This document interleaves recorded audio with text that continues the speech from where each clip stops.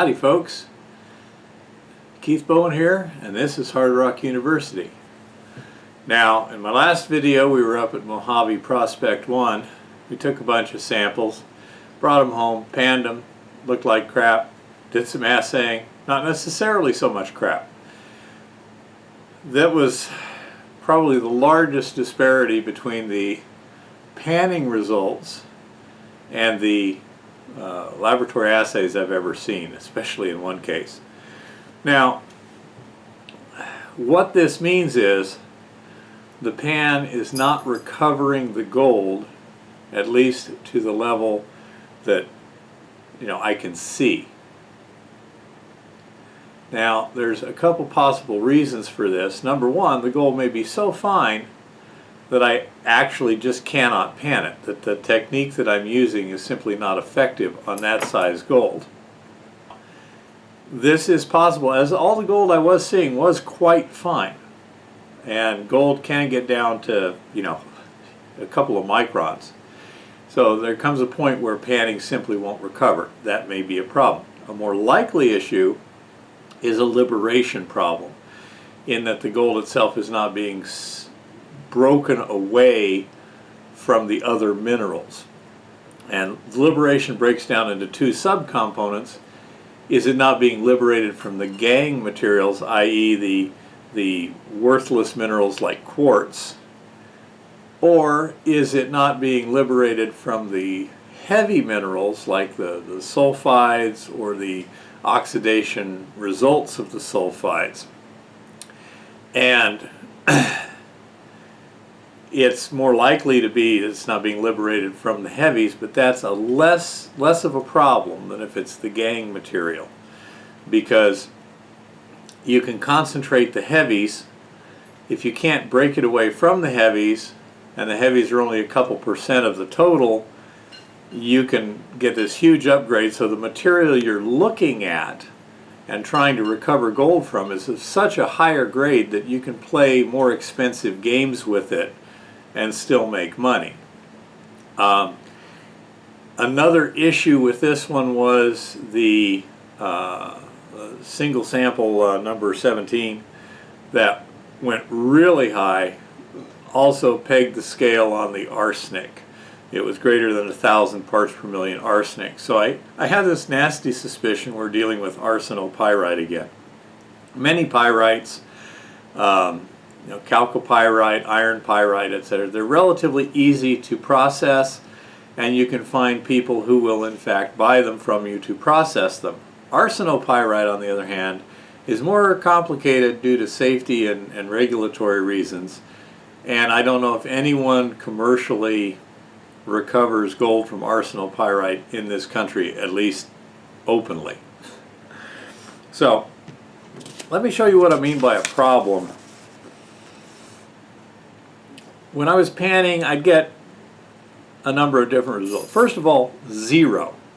If I didn't see one single speck of gold, that's a zero, or ND, none detected.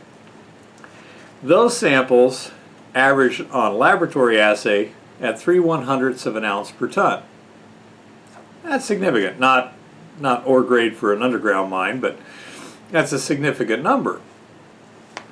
The ones that I estimated at less than 0.01 but more than zero, I might see 2 or 3 or 4 little teeny specks of gold there. Those averaged 0.0076, so actually even less than the ones that I didn't detect anything. That ratio is about 1.52 to 1. So basically, for whatever reason, probably technique, but who knows, the ones that are really low are still really low. So it's a useful technique, even though it's not necessarily completely accurate. Then when I start getting up into the ranges where I'd normally start reporting a number, 1/100th of an ounce per ton, those averaged 6.5 hundredths per ton, or a 6.5 to 1 ratio. That's getting undesirable, but again, it's a useful technique, even though you have to recalibrate it for this particular ore. The ones that I panned at a 0.015, 0.076 actual, or 5 to 1. Then we start getting into the higher grade material, and this is where it gets even weirder. One sample in the lower tunnel, the best one, the one that you saw in the video, said 0.6 ounces per ton. It panned at about a 0.02 ounce per ton. I actually said 0.01 to 0.03. Now that's about a 30 to 1 ratio. And then the last one, the one in the upper working, in that clear quartz vein, or clean quartz vein, I want clear. It was the only one that showed what I, was looking at the pan going, hey, now that looks interesting. I estimated 0.15 to 0.25 ounces per ton. So call it a 0.2. And it actually assayed at 11.2 ounces per ton. Now that's a 56 to 1 ratio. That's pretty miserable. Now that's also the one that had the high arsenic in it. So my guess at this point is we're dealing with really fine gold. It's bound up in the sulfides, especially the arsenopyrite, and therefore it's going to be a real trouble to get to clean gold. Now, that being said, we have to do a number of tests to try and define these things a little bit. And what you want to do is you want to find out, is it in the gang minerals? Is it in the heavies? Is it something you can liberate? I mean, if you make a heavy mineral concentrate and then you crush it to like 200 mesh and just pulverize the bejesus out of it, can you get a good recovery, or is it going to need to be smelted or some kind of leaching situation? I don't know. It's unfortunately probably not going to be a simple gravity separation to gold. We may be able to get enough of the gold out, especially at a grade of 11 ounces per ton, where we can do something useful right off the bat and then save the heavies for later shipping to somebody who wants them and will pay us a good price for them. I don't know at this point, but let's see what kind of experiments we can come up with to make the process a little more clear.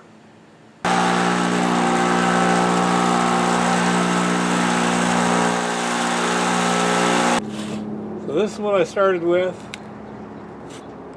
and this is what I ended up with. And this feels like pretty close to 100 mesh. A few little pieces of grit in there, not much. So let's pan it and see what happens. Well, I have some kind of results here.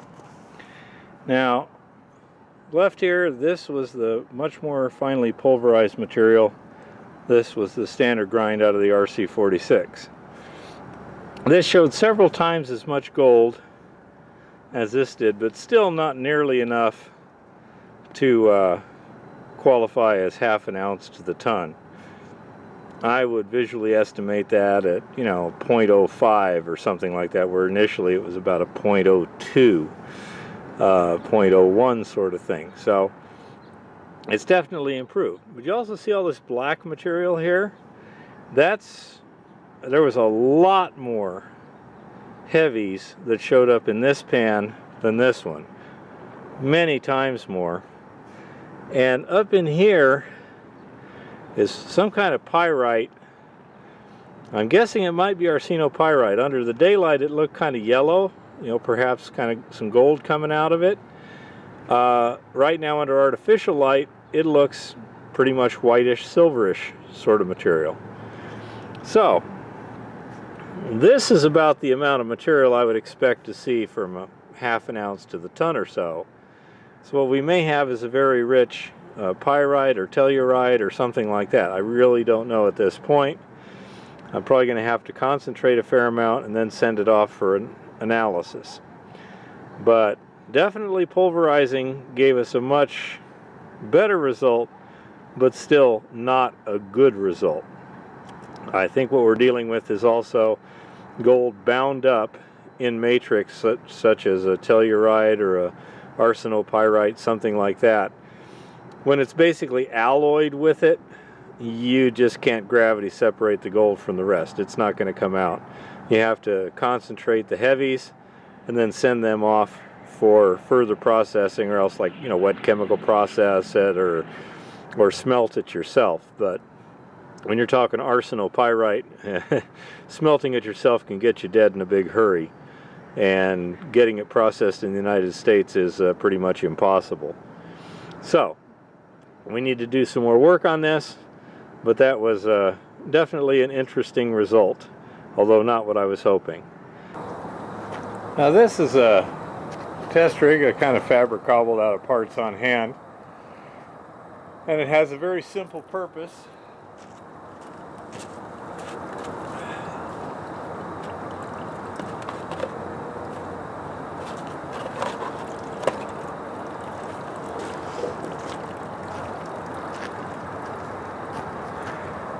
The purpose is to test the different settling properties of the material. In the upper bucket, I have some finely crushed ore, assaying 0.6 ounces per ton. I'm introducing water to create a rising column at the rate of about 5 seconds per inch. And then from there it goes into the other two buckets. In one, you can see it goes down, hits the bottom basically, and circulates back up again. The other one, it hits that pan, the idea being to slow it down so that it doesn't go down, it just kind of ponds there for a second and settles into a dead space beneath it. And then from there, it runs off into the bucket.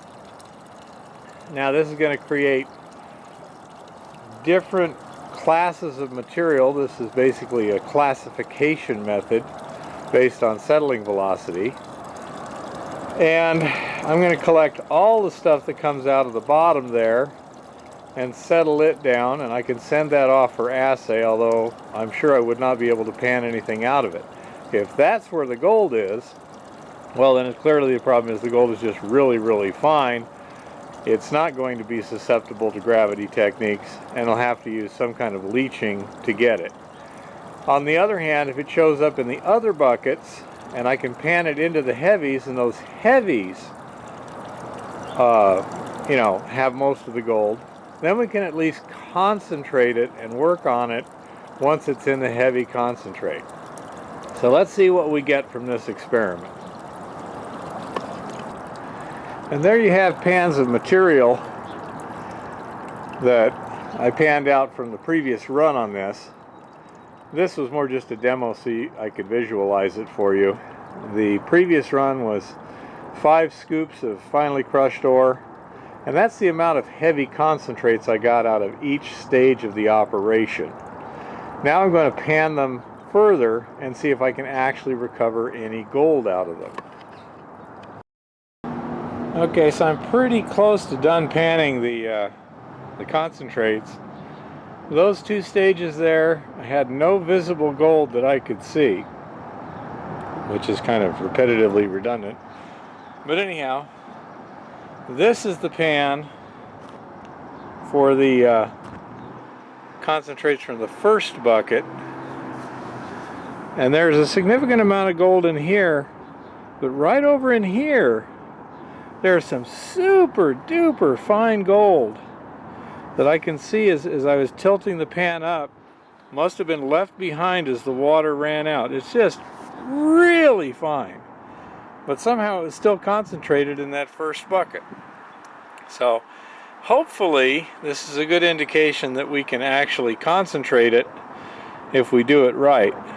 But we'll have to wait for laboratory analysis to find out. And here is that same pan at the next stage of panning. There's some coarse gold up in here with the pyrites. Coarser, I mean, it's fine for all you placer guys. And look at this arc of really, really fine gold here. So there is a lot of fine gold. I'm still looking at maybe, I'm guessing 20% recovery. That would be my guess. So we'll have to do more work on this, and I will update this information. Now, as you can see, it was really important to double check the panning results against the laboratory assays. Double check everything, that's important. Another thing is follow the standard procedure. You notice from the previous video we went through, we just marked the wall at 20-foot increments. We didn't look at anything else, we just marked it at 20-foot increments and then marked where we were going to sample at that spot. So that's the procedure to get good representative samples. Also, up on top of the hill, I took the extra time to sample the two veins separately. Always sample separate formations separately. You can always combine them later if you wish to, but you can't separate them. And got a very unusual result, one that was completely unexpected. I would have expected the vein on the right with the heavy mineralization to be the one with the gold in it, not the one on the left that looked much less mineralized. So this is why you follow the procedure and double check everything. So there we have what I have so far. It's looking like there's definitely a liberation issue with the original grind on the RC46. I'm increasing my recoveries several fold. However, not enough to totally account for everything. And I suspect a lot of it's going to be in the pyrites. As long as it's in the pyrites, we can recover it. If it's loose, super microfine free gold and the rest of the matrix, we may have an issue. Once I get some assays back and some more information, I'll update the video and post it. Till then, happy prospecting and keep it safe out there.